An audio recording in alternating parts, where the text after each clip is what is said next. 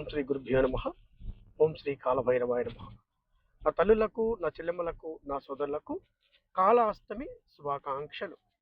రేపు అనగా మే 10, 2026 వైశాఖ బహుళ అష్టమి, కాళాష్టమి, ధనిష్ఠా నక్షత్రంతో కూడుకొని బ్రహ్మయోగంలో వస్తున్నటువంటి మహోన్నతమైనటువంటి పర్వదినం.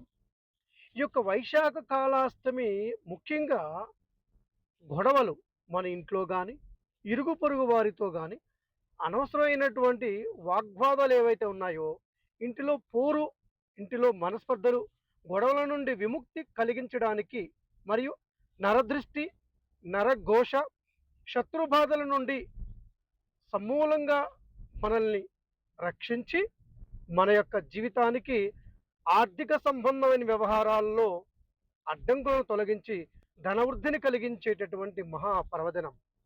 మరి రేపు ఏం చేయాలి? మంత్రశాస్త్రం రేపు వైశాఖ కాళాష్టమికి ఏ విధమైన పరిహారం తెలియజేస్తుందో మీకు తెలియజేస్తాను.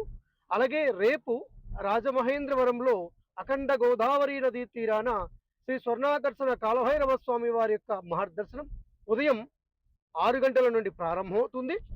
మీరు స్వామివారి యొక్క దర్శనానికి సంబంధించి మధ్యాహ్నం 11:30 లోపల స్వామివారిని దర్శించుకోవచ్చు.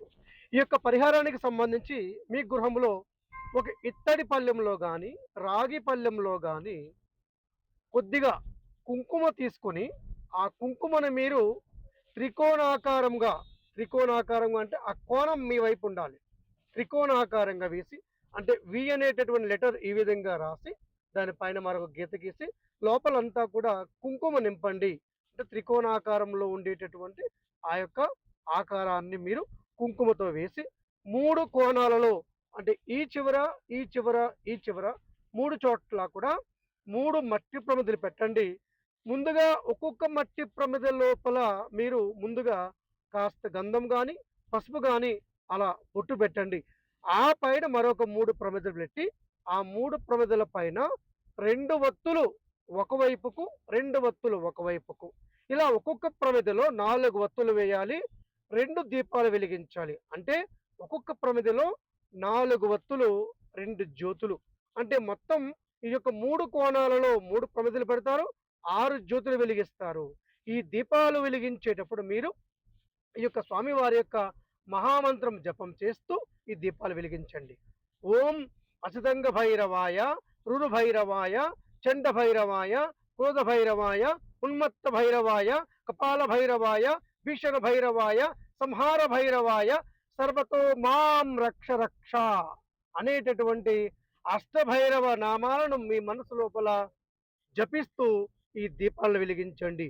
దీపాలు వెలిగించిన తర్వాత మీ గృహంలో ఉండేటటువంటి శ్రీ స్వర్ణాకర్షణ కాలభైరవ స్వామి వారి చిత్రపటానికి మీరు పసుపు పువ్వులతో కానీ, ఎరుపు రంగు పువ్వులతో కానీ, మరి శ్రేష్టమైనటువంటి పువ్వులు మందార పువ్వులతో కానీ ఒక మాలను, ఒక దండం తయారు చేసి అలంకరణ చేసి ఆ దీపాలకు స్వామివారి చిత్రపటానికి కూడా గంధము, పుష్పాలు, అగరబత్తి ధూపము, మరొక ఆవునెయ్యి దీపము నైవేద్యంగా మీరు క్షీరాన్నము పెట్టండి. లేదా బెల్లము, అన్నము, కాస్త నెయ్యి కలిపి నైవేద్యంగా పెట్టండి. ఇలా నైవేద్యంగా పెట్టి అక్కడ మీరు వటుక భైరవ మంత్రము ఓం హ్రీం వం వటుకాయ ఆపదుద్ధారణాయ కురు వటుకాయ వం హ్రీం ఓం అనేటటువంటి మంత్రము 3 మాలలు జపం చేయండి. జపమంతా అయిన తర్వాత ఈ యొక్క వైశాఖ మాస కాళాష్టమి పర్వదినాన నా అభిష సిద్ధి కోసం, సమస్త శత్రుదోష, గ్రహదోష సమస్యల నివారణ కోసం చేసినటువంటి యొక్క సమస్తమైనటువంటి దీప పూజ, మంత్ర సాధన సర్వస్వం కూడా శ్రీ కాలభైరవ స్వామి వారి యొక్క పాద పద్మాలకు చేరుగా కానీ కొన్ని అక్షతలను, కొన్ని పుష్పాలను తీసుకొని ఒక అరివేణంలో వదిలిపెట్టండి. సాష్టాంగ నమస్కారం చేయండి. ఆ యొక్క వదిలిపెట్టినటువంటి ఆ యొక్క పుష్పాలను, అక్షతలను శిరస్సును ధరించండి. మీరు వదిలినటువంటి దేవతా సమర్పణ చేసిన నీటిని మీరు తీర్థంగా స్వీకరించండి. ఈ విధంగా మీరు రేపు ఉదయం చేయొచ్చు, రాత్రికి కూడా చేయొచ్చు. రాత్రి చేస్తే అమోఘమైనటువంటి శుభ ఫలితాలను మీరు అతి శీఘ్రంగా పొందగలుగుతారు. కానీ ఈ యొక్క రోజంతా నియమం ఒక్కటే, వీలైనంత వరకు ఒక పూట భోజనం చేయండి. మిగిలినటువంటి సమయం అంతా మీ సమయాభావాన్ని బట్టి స్వామివారి యొక్క మహామంత్రం జపం చేస్తూ ఉంటుంది. కొంతమంది స్వర్ణాకర్షణ భైరవ మంత్రం జపం చేస్తామంటారు, చెయ్యండి. ఈ యొక్క మంత్రంతో పాటుగా అమ్మవారి మంత్రం మీరు ఏదైనా ప్రత్యక్షంగా పరోక్షంగా మంత్రం జపిస్తున్నట్లయితే ఈ యొక్క కాలాష్టమి అంతా కూడా భగవత్ నామస్మరణ చెయ్యండి. రాత్రికి ఈ యొక్క నామస్మరణ మీ శక్తిని అనుసరించి 10:30, 11 గంటల వరకు చేయండి.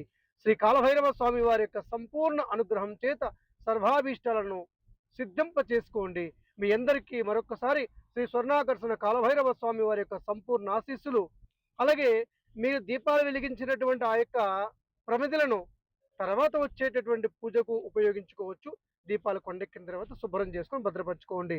మీరు పూజ చేసిన కుంకుమ ఉంది కదా, ఆ కుంకుమను ఒక చిన్న గాజు సీసాలో భద్రపరచుకోండి. రోజు ఆ కుంకుమను మీరు బయటికి వెళ్ళేటప్పుడు నుదుట ధరించండి. మీ గృహంలో అందరూ కూడా ఈ కుంకుమ ధరించండి. అంటే మీరు వాడేటప్పుడు మంచి కుంకుమ వాడండి. కొద్దిగా పచ్చకర్పూరము, జవ్వాదు కలిపినటువంటి కుంకుమను మీ పూజకు ఉపయోగించండి. మీ అందరికీ కూడా శ్రీ స్వర్ణాకర్షణ కాలభైరవ స్వామి వారి యొక్క సంపూర్ణ ఆశీస్సులు. శుభం భవతు.